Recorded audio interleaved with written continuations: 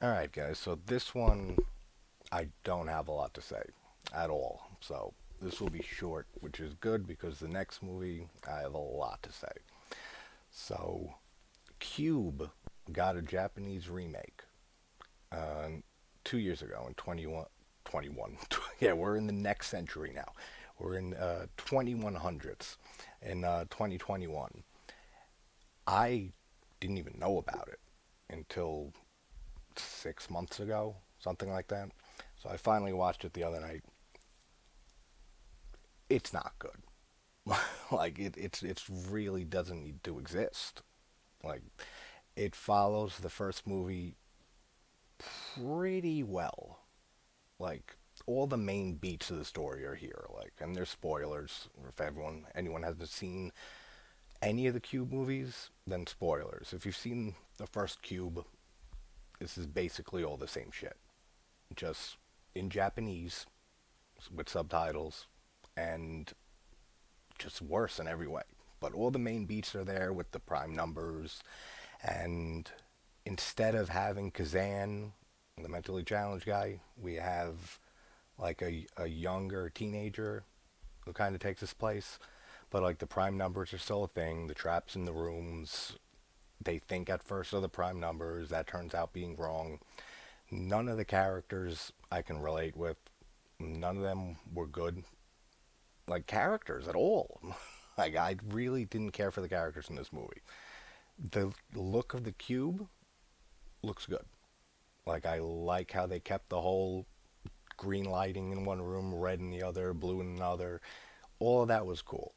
The traps ranged from decent to there was one or two pretty good like kill scenes in here. One of them is right at the beginning of the movie.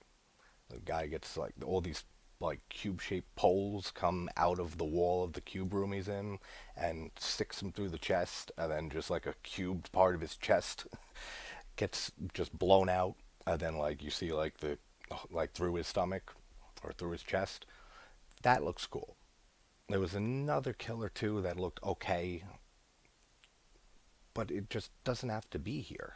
This whole movie, like, it's kind of like Psycho, the remake. It's like the first movie is a classic. It's perfection.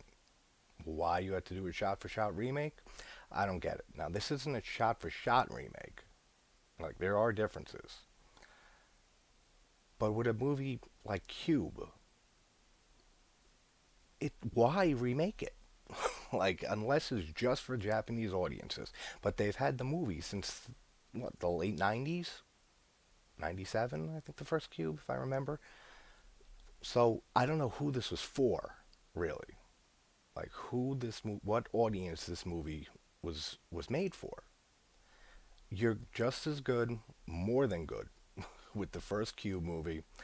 This never had to be made.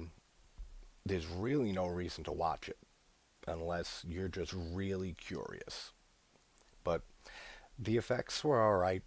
I mean, a lot of CGI, but that's typical in the Cube series. No real good relatable characters. A story that follows pretty much the exact same as the first movie, with some differences here and there. And that's pretty much it. I mean, the acting was decent. It was borderline cringy with some lines in the delivery.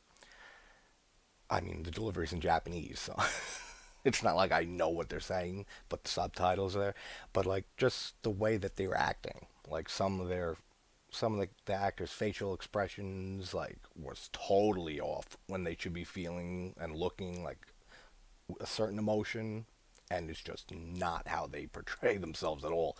So all the stuff with the characters did not work for me at all, and that's basically it in a Q movie. So I mean, take it for what it is.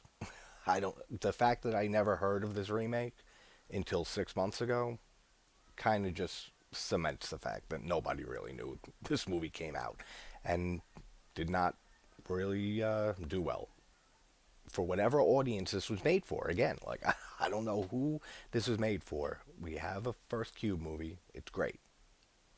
No need for this. So that's Cube 21. Why do I keep wanting to say 21? It's obviously not the 21st. It's the 21st century. It's not the 2100s.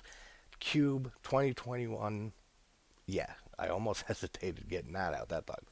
Um, got a nice 70s classic coming soon. So I will see you guys there. Hope you're having a good morning or night. I will talk to you soon. Sorry for that, Mike.